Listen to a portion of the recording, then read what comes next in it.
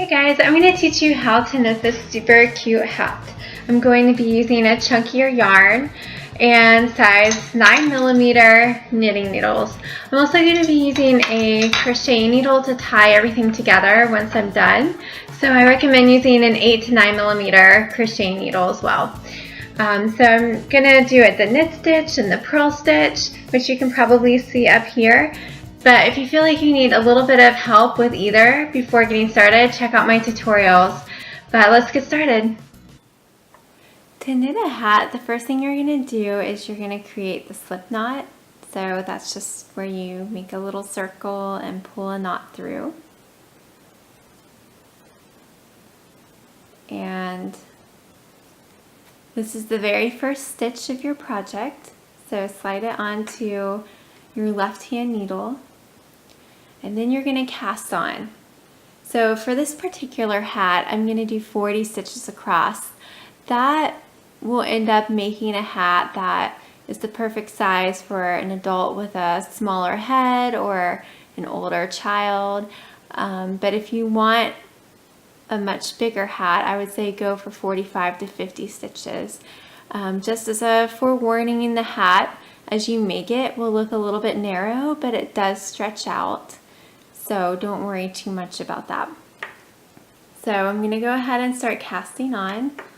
And to cast on, it's very similar to a knit stitch. So you take your working needle, your right hand needle, you go behind the left needle, pick up yarn, pull it through, but you're going to go ahead and twist it and let that left needle go through the loop. And everything falls onto the left needle.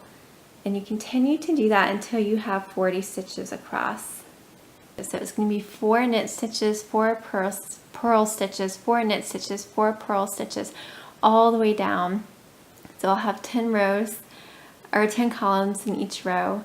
And I will keep doing the same thing for 30 rows up.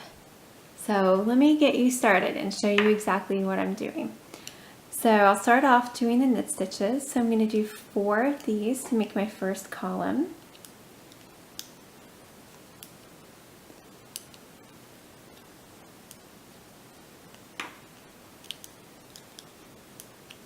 And then I'm going to switch to my purl stitch.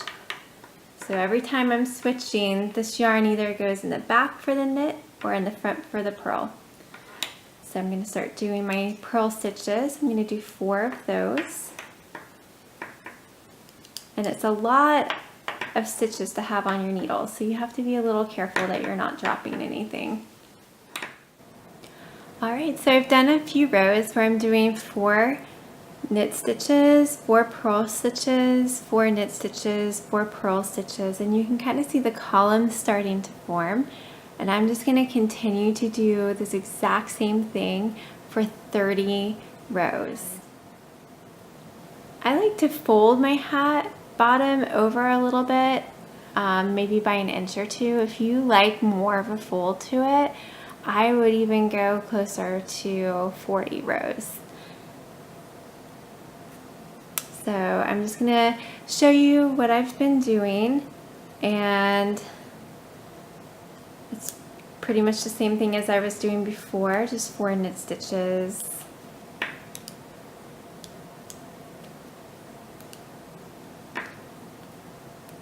And then I switch over and do 4 purl stitches.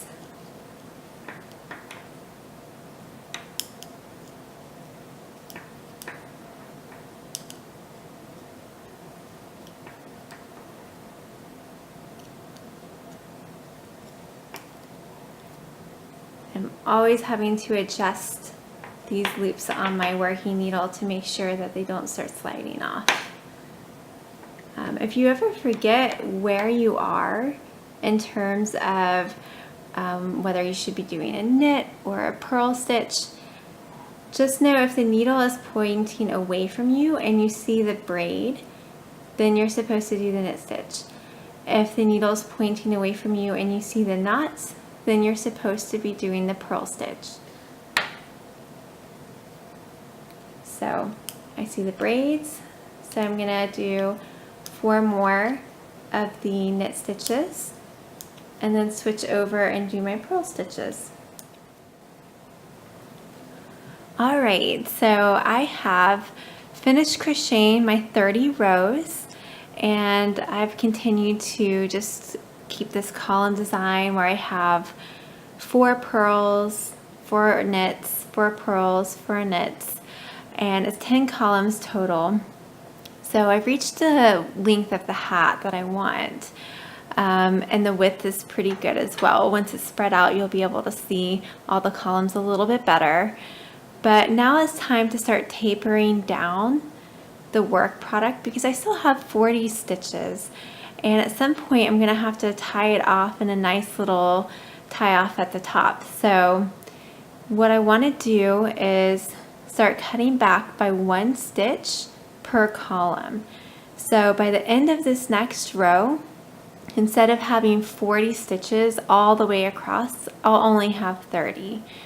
So I'll show you how to start dropping stitches to make it still look nice, but to get it down a little bit.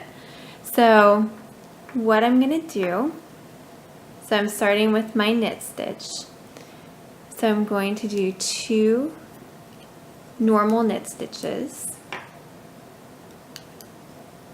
And there are 4 total in this column.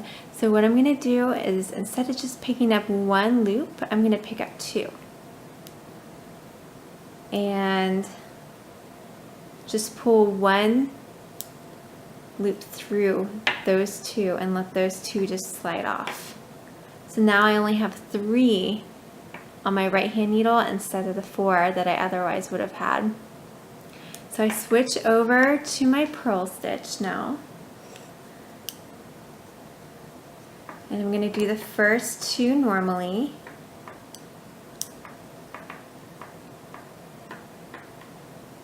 And then for the last 2, I'm going to do the exact same thing I did with the knit stitch, where I pick up 2 loops instead of 1 and pull a loop underneath both and slide those 2 off.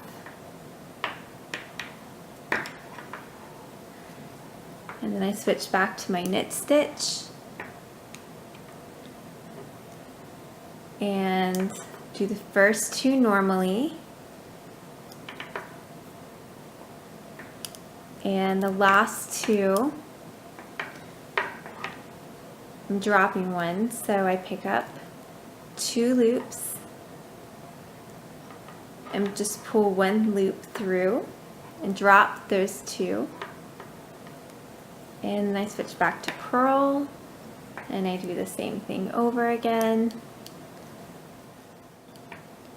Alright, so now I'm down to 30 stitches. And you can kind of see how it's tapering off on the ends nicely. So I'm going to do another row, just a normal row of 30. So it's going to be 3 stitches in each column instead of 4 now. And once I do 1 row of that, I'm going to taper it down to 20. So when I get to that point, I'll show you what I do. It's pretty much the same as what I did before. But just to make sure you're clear on what to do, I'll go through it with you.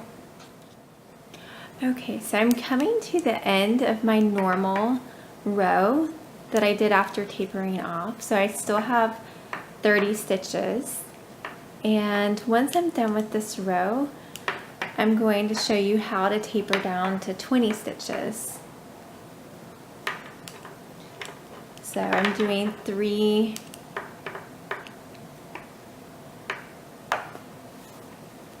stitches per column, and I'm going to knock it down to 2 per column in just a minute.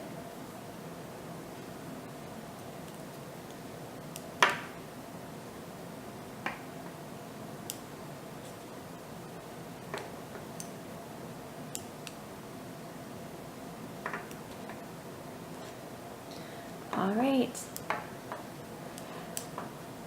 so when you're knocking this down to 20 stitches, what you want to do is, instead of doing the first 2 stitches normally, you just do the first one normally. So I'm going to do a knit stitch, and then I'm going to pick up the last 2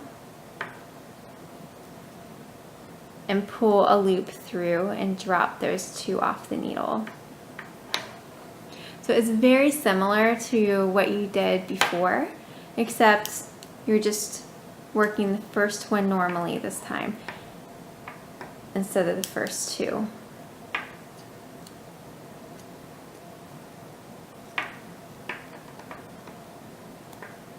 So nothing complicated. This is going to look really nice by the time you're done. But tapering off just makes it a whole lot easier to finish off your project. Alright, so I'm down to 20 stitches. I've already done my row of normal knitting after I tapered down. So the next thing I'm going to do is taper down one last time to 10 stitches. And after I do a row where I get it down to 10, I'm going to just cast off. And at that point, my project, if you stretch it all out, it will kind of look a little bit like a triangle, but that's exactly what I want it to do because the top needs to be shorter so I can easily finish it off and make a hat. So right now I'm down to the 20 stitches, so each of the 10 columns has two stitches. So to taper it down at this point, I am just going to pick up those 2 stitches in each column, and I'm going to continue the stitch that you see, the stitch I should be doing, but it's going to be a knit stitch where I pull through those first 2 and drop them, and then I'll quickly switch over and do my purl stitch and pick up those 2 stitches and pull the loop. Oops. Pull the loop through them,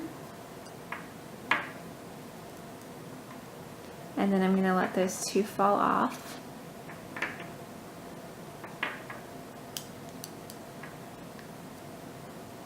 And then, oops, I'm going to switch over to my knit stitch and pick up 2, and then switch back to purl.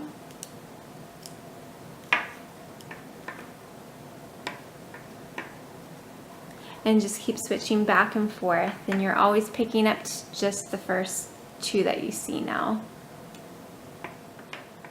Alright, so I am down to 10 stitches, and just to show you what the work of tapering has kind of done, you can see how the rows nicely end off, and if I stretch everything out, it looks like a triangle, but that's okay.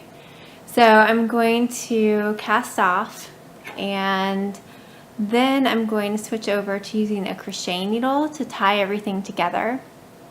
You can also use just a yarn needle. It's just a very basic stitch just to stitch everything so it's holding a hat in place. Alright guys, so we are just about to finish up, and I've gone ahead and finished off this top part. Now what I need to do is count 10 stitches because that's what I need my little opening at the top to be. And the rest, I'll show you how to close it off in a minute. So 1, 2, 3, 4, 5, 6, 7, 8, 9, 10 would put me right here. So that's where I'm going to go in with my crochet needle. And I'm going to do just a very basic stitch. So what I've done is I've just picked up 2. You can pick up 1 or you can pick up 2 stitches, and I like to pick up 2. I feel like it makes the product stronger, but just take your yarn and wrap it around the needle, and you're just going to pull this loop under everything else on your needle. And so you're going to continue to go around the circle, skipping every other stitch. So I'm going to skip the one next to it and go in to the following stitch. And again, I've just picked up 2. 1 is fine, but I'm going to wrap the yarn around the needle and pull it through everything else that was sitting on my needle. And this is closing the gap. You can also do this with a yarn needle. I like to use a crochet needle because I'm a big crocheter and I'm more comfortable with it. But whatever you find easiest.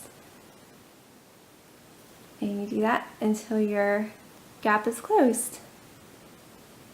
And the next thing you're going to do, and this is the last thing you're going to do, is you're going to sew the ends of your hat together. So what I like to do is pick up 2 stitches from each side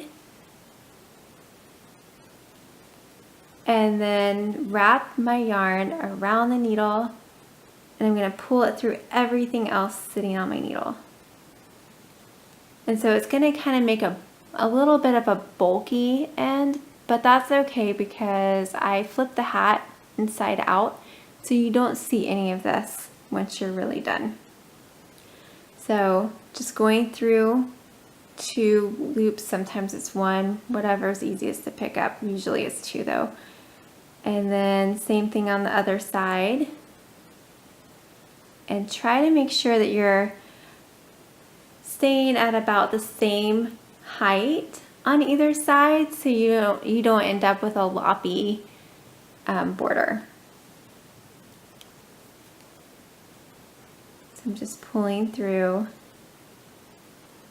and just keep working your way down the line. All right, so I'm on my very last stitch of this project. So I'm just going through, picking up the piece at the very bottom and doing my final stitch. And so I'm going to go ahead and just tie this off.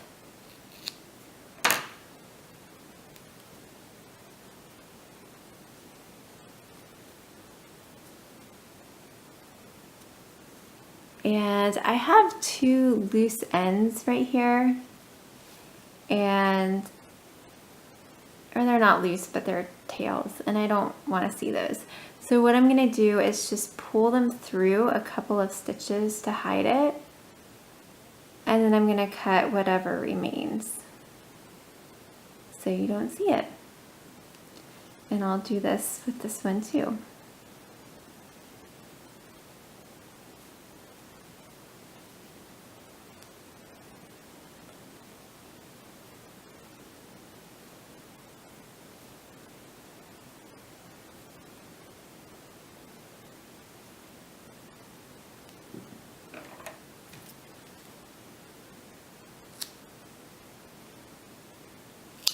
All right, so I promised you that whatever you saw on the side doesn't really matter, doesn't have to be perfect. So now we're gonna flip everything over. And the hat may look a little bit narrow, and that will stretch out once you wear it. I like to flip up the bottom just to have a little bit of style to it. You can also make a little fuzzy top to it if you want to. But this is probably like a smaller adult head size. But if you wanted to do bigger, I would say go for 45 to 50 stitches across. But this stretches and it will continue to stretch out a little bit for a while once you wear it. So that is your knitted hat.